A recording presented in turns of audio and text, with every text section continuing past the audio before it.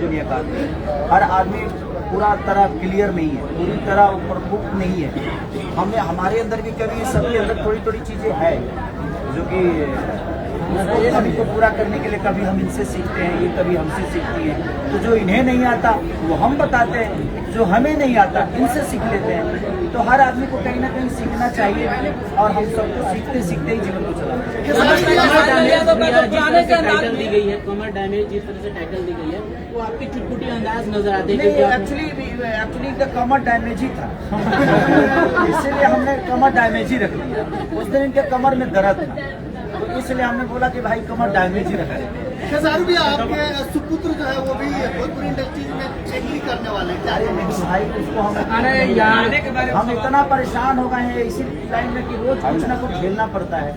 मेरा बेटा सुख नहीं झेल पाएगा, वो सुख में पला है। दुख में पला हो तो मुझे पता है परवेश कि कितना कष्ट होता है, बट मेरा बेटा सुख में पला है, उसको इसमें डाल दूंगा परेशान हो जाएगा, पागल हो जाएगा। आपसे सवाल रहेगा जिस तरह से खेसारी जी के साथ आप नजर आ रही है, गाना तो हमने